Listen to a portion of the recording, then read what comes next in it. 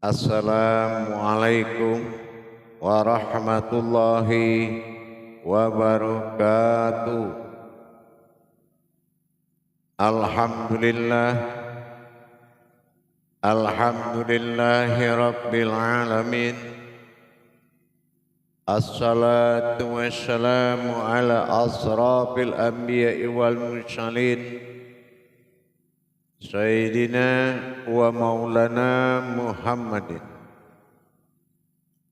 Ashhadu an la ilaha illallahul malikul haqqul mubin. Wa ashhadu anna Muhammadan abduhu wa rasuluhu wa shadiqul wa'adal amin. Allahumma salli wa sallim wa barik wa karim ahzanu nabil karim. Ihdinil lazi min jalalika wa innal lazi min jamalika wa innahu min kitabika. Wa tahirin wal mujahidina amma ba'du. Ibadullah wa ittaqullah. Bersyukur kita kepada Allah dengan mengucapkan alhamdulillahi rabbil alamin atas segala limpahan karunia rahmah dan hidayahnya, serta dengan izinnya juga kita dapat menjalankan amanahnya, beramal dan beribadah zahir batin dunia dan akhirat. Bersalam kita tidak akan pernah kita lupakan. Marilah sama-sama kita sampaikan, kita panjatkan kepada junjungan kita Nabi Allah Nabiul Akhiruz Zaman Rasulullah Muhammad sallallahu alaihi wasallam. Atasnya kalimahnya kita kalamkan dengan membacakan Allahumma sholli ala Sayyidina Muhammad wa ala alihi Sayyidina Muhammad. Alhamdulillah bertemu lagi dengan saya Guru Mursyid Syekh Nur Muhammad Buya Irwan Maulana Al-Qalidi, Pasaman, Sumatera Barat. Tentunya dalam makom Majelis Zikir Ma'rifatullah Indonesia Jakarta, dalam Yayasan Islam Hidayatul Mubarakah, Yayasan Keumatan dalam pembinaan ilmu amal ibadah, tentunya dalam syiar YouTube Buya Pasaman Timur. Alhamdulillah, pada waktu dan kesempatan yang sangat kita muliakan ini, saya akan berbagi wawasan dan ilmu pengetahuan demi meningkatkan iman dan takwa kita kepada Allah Subhanahu wa Ta'ala. Adapun dalam meningkatkan iman dan takwa ini, tentunya kita harus meningkatkan kualitas ilmu.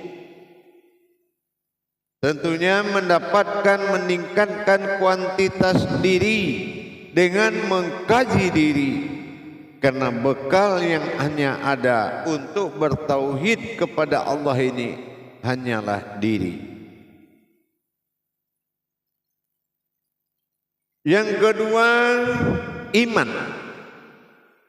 Berbekal untuk meningkatkan iman dan takwa ini, iman ini juga harus menjadi tolak ukur atau dasar utama. Apa yang dikatakan dasar utama? Yang ditingkatkan dalam pemahaman berhakikat atau belajar hakikat kepada Allah. Bagaimana kita bisa meningkatkan kuantitas diri demi tercapainya kualitas ibadah? Tentulah kita siap mengimani apa yang dilaksanakan atau titah yang diterima amanah dari seorang guru. Diperjalankan iman kita oleh guru ke tingkat 3 perkara. Pertama, mustahil bagi akal. Yang kedua wajib bagi akal. Yang ketiga jaiz bagi akal. Nah ini ingat kita, kalau kita yang belajar ini mengikuti pemahaman dengan iman yang siap diperjalankan. Ini kita ambil ke makom kemustahilan. Pertama dikatakan jaiz bagi akal itu, akal ini tidak boleh membingungkan diri kita. Dia harus berpikir mungkin tentang Allah terhadap perubahan kajian yang disampaikan oleh seorang guru kepada seorang muridnya. Dan dia tidak boleh memperbanding-bandingkan keyakinan atau wahyu yang dia terima dari seorang guru. Dia harus menerima dengan jaiz. Kenapa dengan jaiz? Mungkin. Apa yang dimaksud mungkin? Jaiz adalah salah satu sifat Allah terhadap wujudnya umatnya, dengan arti jaiz ini adalah sebuah sifat dari Allah Subhanahu wa taala yang bersifat mungkin. Kebebasan Allah menentukan sikap di dalam diri kita ini dinamakan juga dengan mustahil atau jaiz. Terjadi gejolak begini mungkin, kenapa tidak? Terjadi gejolak begini mungkin, kenapa tidak? Terjadi perubahan iman begini mungkin, kenapa tidak? Terjadi hayat bergerak berupa nur mungkin, kenapa tidak? Ternyata diri itu adalah zat mungkin, kenapa tidak? Ternyata nyawa ini adalah batinnya Allah mungkin, kenapa tidak? Tidak ada yang menolak dari ketentuan apapun, ketentuan Allah kepada diri kita, dan kita menerima dengan sifat mungkin, karena jaiz itu adalah salah satu sifat yang mana Allah berbuat sekehendaknya terhadap umatnya sendiri. Inilah datang suatu prinsip, datang suatu iktikat, keputusan dari sebuah diri, yaitu penetapan terjadinya suatu sifat ketuhanan dalam diri dengan wajib bagi akal. Nah ini juga, kalau sudah wajib bagi akal, tidak ada lagi sifat mempersekutukan Allah dari diri kita, tentunya dengan kita menetapkan kebenaran Allah dengan wajib bagi akal. Tidak ada lagi pembantahan. Di dalam nyawamu ada wujud Allah yang berdiri. Di dalam rohanimu ada zat Allah yang bernama Muhammad. Dan di dalam tubuhmu ada nurani yang menjadi hayat bagi Allah. Wajib, tidak bisa dipungkirkan lagi. Nah ini fardu atau wajib bagi akal. Jadi tidak ada pembantahan. Kenapa? Kabila Allah berprasangka lain, kita berprasangka lain lagi. Ini kedudukan Allah tidak berjalan. Kedudukan atau suatu derajat yang diminta oleh Allah tadi tidak terjadi. La maujudun illallah, tidak ada yang maujud melainkan Allah. Tetapi masih ada keinsanan diri, keinsanan umat. Ini yang akan membuat mempersekutukan sifat kepada wujudnya sendiri. Jadi mempersekutukan itu bukan hanya di wujud benda, ya, mempersekutukan dengan bersekutunya sifat keumatan dengan sifat ketuhanan di dalam diri kita. Itu juga termasuk mempersekutukan. Nah, ini yang kedua wajib bagi akal tadi. Ketetapan Allah, tidak ada keraguan-raguan bagi kita untuk menetapkan jadi. Kenapa? Allah beriktibar dalam Jabariyah bahwasanya inna lillahi, kamu ini berasal dariku dan kembali kepada aku. Yang kedua, la maujudun illallah, tidak ada lagi yang dinamakan maujud siapapun di dirimu melainkan wujudnya Allah. Di sini fardu wajib bagi akal menetapkan keputusan Allah terhadap diri kita bahwasanya di kita ini adalah inna ilaihi. Inna ilaihi artinya aku adalah kehidupan Allah. Yang ketiga, mustahil bagi akal. Apa yang dikatakan mustahil bagi akal? Artinya mustahil itu adalah bagian dari akal kita untuk beriman kepada Allah. Jadi kalau kita merasa mustahil bagi akal, artinya yang tidak mungkin itu adalah wujudnya sendiri. Setiap yang tidak mungkin ini adalah sebuah wujud dari Allah. Kita berasal dari sifat yang digerakkan oleh Allah sehingga terlihat berupa batin yang terlihat. Mustahil bagi akal, tidak ada bantahan. Insya Allah iya. Nah, ini yang dikatakan mustahil bagi akal. Apapun bentuk pentadaburan yang dikaji, aqaidul iman yang dikaji, kodrat ilmu yang dikaji, tidak ada khauf, tidak ada kaget terkejut seorang kodrat yang menyatakan kekodratan Allah itu adalah dirinya dengan tulus, dan sehingga tidak ada kaget atau khauf, dan ini sangat diakui oleh akalnya. Jadi akal ini sangat bagus potensinya sebagai kodrat hati nurani, ya, sebagai hati nurani yang nyata, an-nazir, kodratullah dari tiga kodrat berbentuk sebuah akal. Apa kodratullah? Qadariyah, kamariyah, dan qadariyah. Jadi kalau betul-betul kita sebuah kadar Allah, maka inilah yang membuat mustahil bagi akal itu akan menjadi suatu keindahan. Akal sudah bisa menerima perubahan dan keajaiban pada diri kita dari Allah. Kenapa? Karena memang kodrat ini adalah kodratnya Allah yang harus diakui oleh kadar-kadarnya diri di dalam diri. Jadi tidak ada keanehan.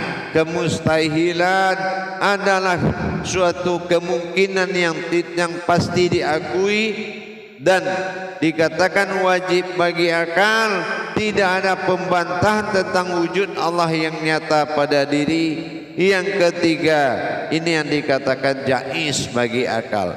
Allah berkehendak, Allah memiliki kebebasan di diri kita dengan sifat jaiznya. Apabila dia berkodrat sebagai wujud, sah.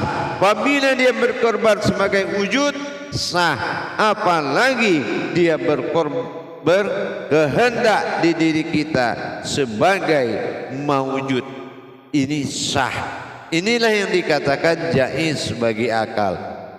Wujud Allah dalam batin, mawujud Muhammad pada rohani, dan nyatalah Adam pada jasmani. Ini adalah dikatakan wajib bagi akal, mustahil bagi akal, jaiz bagi akal. Jadi tidak ada pembantahan sedikit pun tentang wujudullah pada diri. Semua diakui dengan tulus dan ikhlas. Apabila kita belum mendapatkan kajian tentang sebuah wujud ketuhanan yang berkodrat sebagai nurnya Allah adalah nas, maka kita belum menyatakan Allah adalah usulnya diri. Jadi kalau kita sudah mengakui usulnya diri, maka apapun yang ditetapkan oleh Allah terhadap diri, maka kita menunggu dengan mungkin bagi akal, jaiz bagi akal, wajib bagi akal, dan mustahil bagi akal. Tidak ada pembantahan iman sedikit pun, melainkan sami'na wa ta'na. Itu jemaah, landasan daripada yakin itu adalah iman yang siap diperjalankan. Ya, landasan dasar di seseorang dikatakan yakin kepada Allah setelah dia siap imannya diperjalankan kepada Allah oleh seorang guru yang hak, murid yang hak, ilmu yang hak. Jadi bukan sembarangan untuk mengetahui, belajar tentang hakikat Allah adalah diri, hakikat Allah pada diri, maka diri menjadi hakikatnya Allah. Perubahan demi perubahan dinikmati dan diyakini kalau memang niat kita benar-benar membutuhkan Allah sebagai Tuhan di diri kita. Allah memang Tuhan, tetapi tidak Tuhan bagi yang tidak menyembahnya. Ingat itu.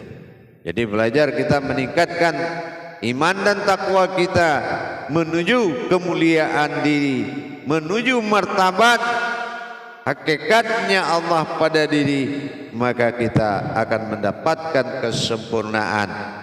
Kesempurnaan diri adalah Tuhan, kesempurnaan Tuhan adalah umat atau diri. Maka inilah yang dikatakan wujud, wujud dan maujud.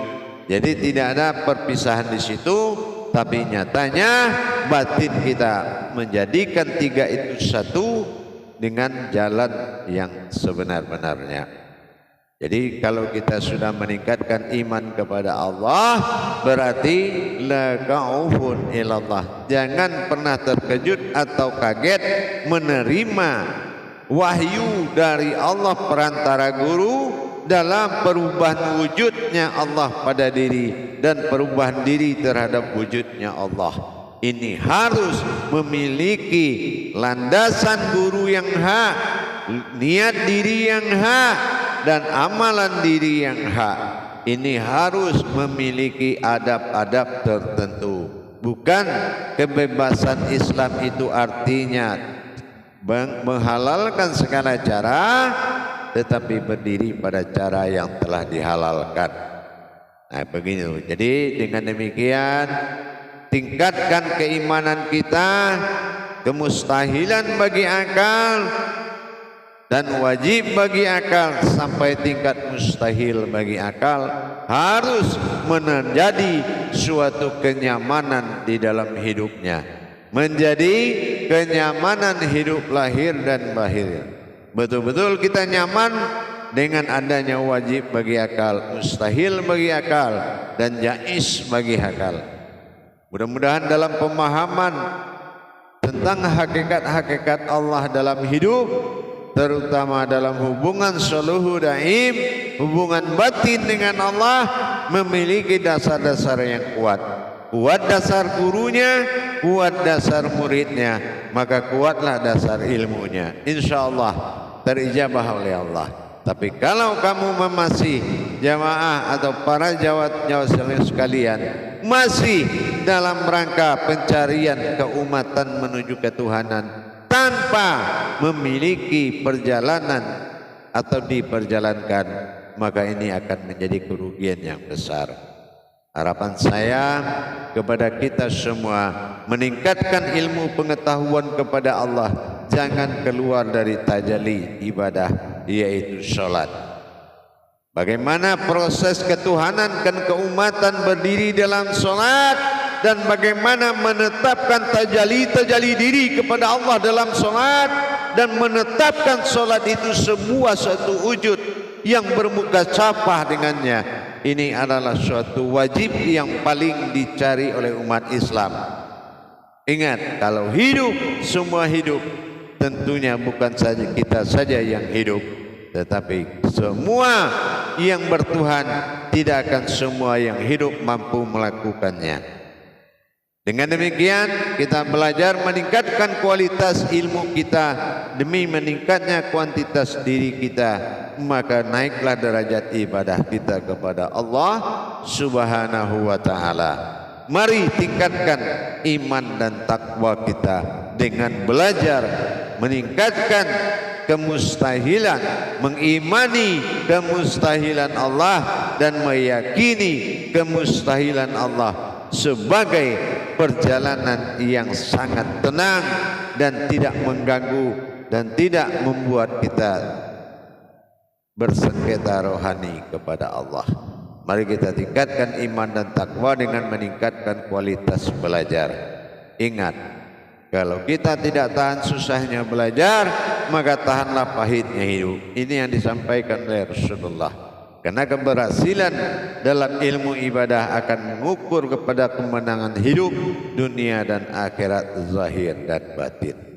Demikian kemustahilan ini menjadi suatu pedoman untuk bisa menetapkan diri yang amanah kepada Allah. InsyaAllah. Akhirul kalam wabillahi taufiq wal hidayah. Wassalamualaikum warahmatullahi wabarakatuh.